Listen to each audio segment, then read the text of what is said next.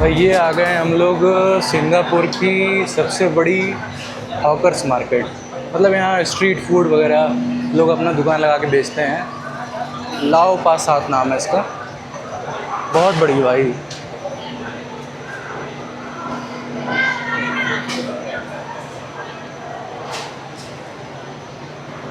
कुछ ज़्यादा ही बड़ी है ये तो। चलो देखते हैं, कुछ बढ़िया खाने का मिलता है तो यहीं खाएंगे। कैश निकाल लिया है, $20 निकाल लिया। अब देखो $20 में क्या क्या मिलता है। काफ़ी बड़ा है यार।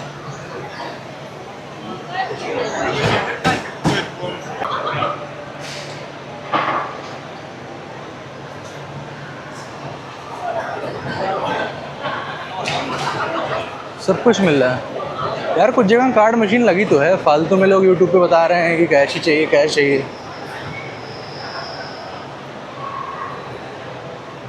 बड़े बड़े पंखे लगे हैं।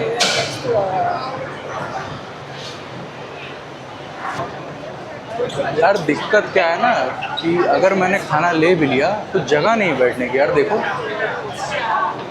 बाहर हो रही है बारिश, छाता लेके लोग बैठे हैं, छाता अपने पास है नहीं। देख रहे हो कितनी भीड़ है। कुछ ऐसा आइटम लेते हैं खड़े हो खा सकें, क्योंकि बैठने की जगह नहीं है एकदम। पूरा मैं चक्कर मार चुका हूँ। और एक तो इतने सारे ऑप्शन है यार, मैं कंफ्यूज हो गया हूँ खाऊं क्या।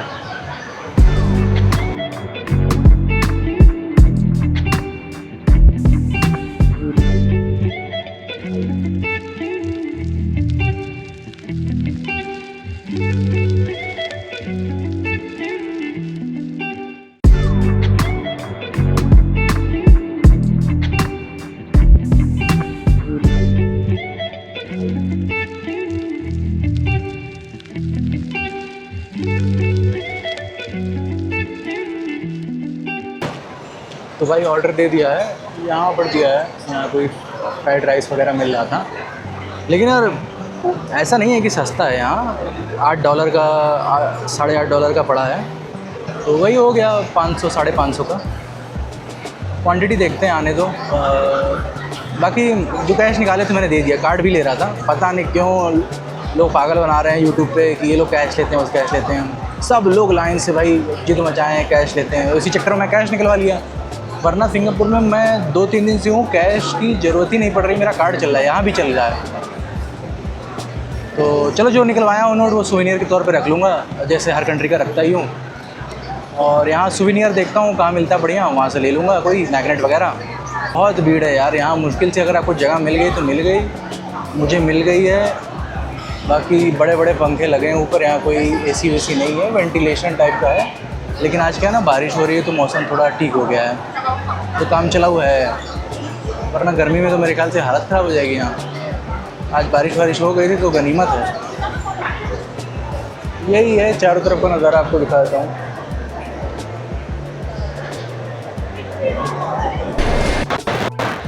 भाई ये ले लिया मैंने एग, वाइट राइस और चिकन है, उसमें बीन्स पड़ा है।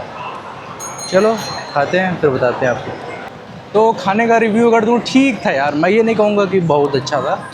अब इतने सारे स्टॉल है, सब थोड़ी ट्राई कर सकता हूँ। एक ऐसे ही मिल गया फ्राइड राइस, यहाँ की लोकल थोड़ा कुजीन था। मैंने कहा चलो ट्राई करते हैं, ठीक था। 10 में से मैं नंबर दूंगा 4 दूंगा। पता नहीं क्यों लोग हुआ बना के रखे हैं यूट्यूब पे कि ये यहाँ नहीं आया तो सिंगापुर नहीं आया। मैं बल्कि वहाँ पे भी गया था, पटाया में भी लोकल मार्केट थी इसी तरह, इससे बड़ी थी वो वाली। और होचिमिन में भी गया था। हाँ, हनोई में गया था, हनोई में। तो हर कंट्री में ऐसी ऐसी बनी होती हैं, तो सबका अपना अलग टेस्ट होता है, फ्लेवर होता है। ऐसा नहीं है कि यही बेस्ट है। ठीक है, यहाँ थोड़ा क्या ना, अब यार सिंगापुर को तुम वियतनाम और उससे नहीं कंपेयर कर सकते, क्योंकि यहाँ सफाई और सिस्टमेटिक सब कुछ बहुत है। तो अपने मामले में ये सही है, सफाई है, सिस्टम है पूरा, कोई दिक्कत नहीं है।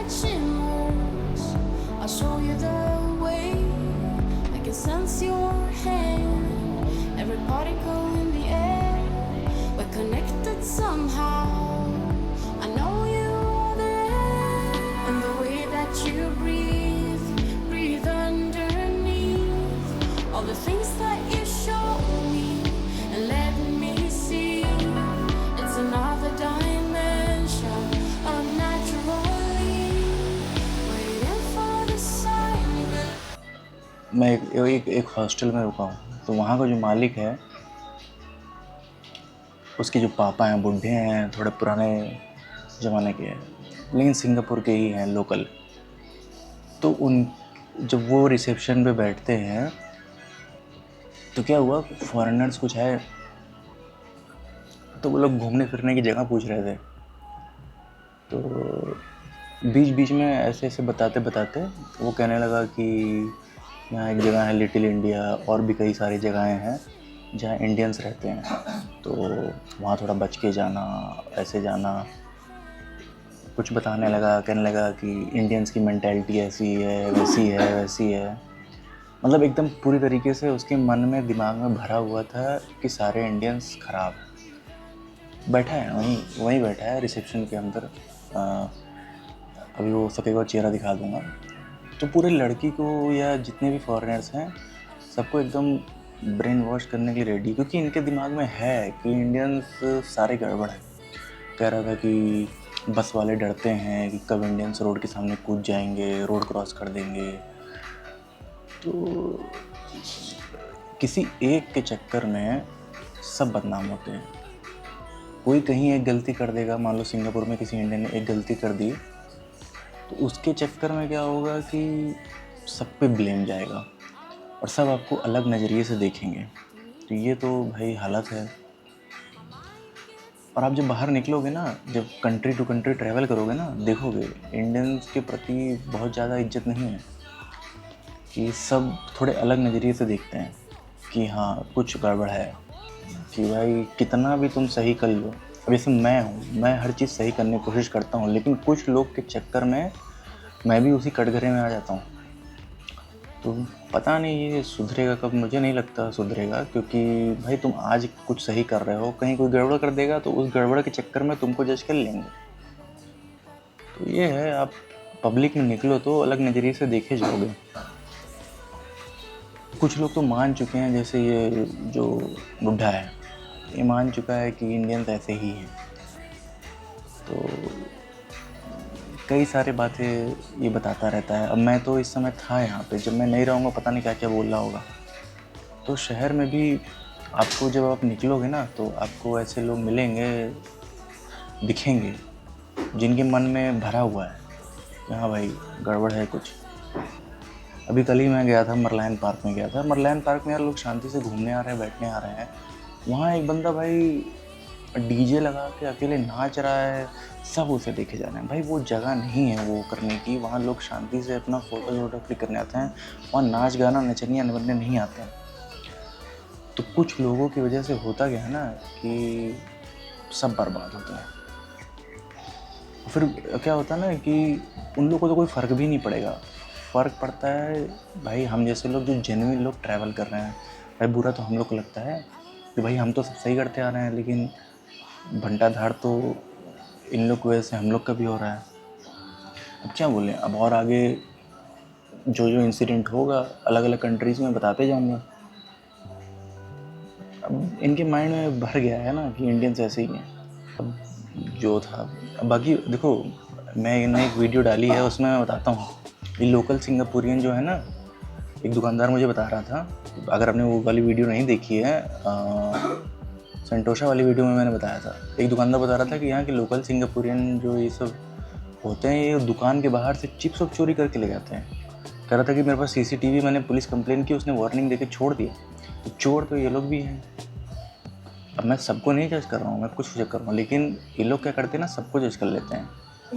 तो चोर तो हैं इसमें कुछ लोग। तो मुझे उसने कहा कि अपने हॉस्टल में सामान वामान ऐसे ना छोड़ा करो। मैं तो निश्चिंत होकर आया था कि भाई मेरा सामान सेफ रहेगा, मैं तो बेड पे छोड़ के ऐसे ही चला जाता था। लेकिन उसने मुझे वार्न किया, जब मैं उसकी दुकान से प्रिंट आउट लेने गया था, आपने वीडियो में देखा ही होगा, उसने मुझे वार्न किया ऐसे मत छोड़ो, कि किसी भरोसा नहीं कर सकते आप। तो सही बात है, भरोसा नहीं कर सकते। चोरियाँ यहाँ भी होती हैं यहाँ पर, लेकिन क्या है कि अगर आप बड़ा क्राइम करोगे तो सज़ा हो जाएगी, लेकिन छोटे मोटे क्राइम के लिए लोकल सिंगापुरियन को वार्निंग देके छोड़ देते हैं। लेकिन अगर कोई इंडियन पकड़ा गया छोटे मोटे क्राइम में तो उसको अंदर कर देंगे।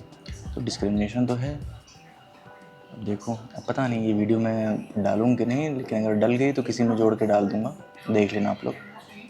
चलो फिर मिलते हैं किसी अगली वीडियो में, ठीक है? चलो तब तक टेक केयर, बाय बाय।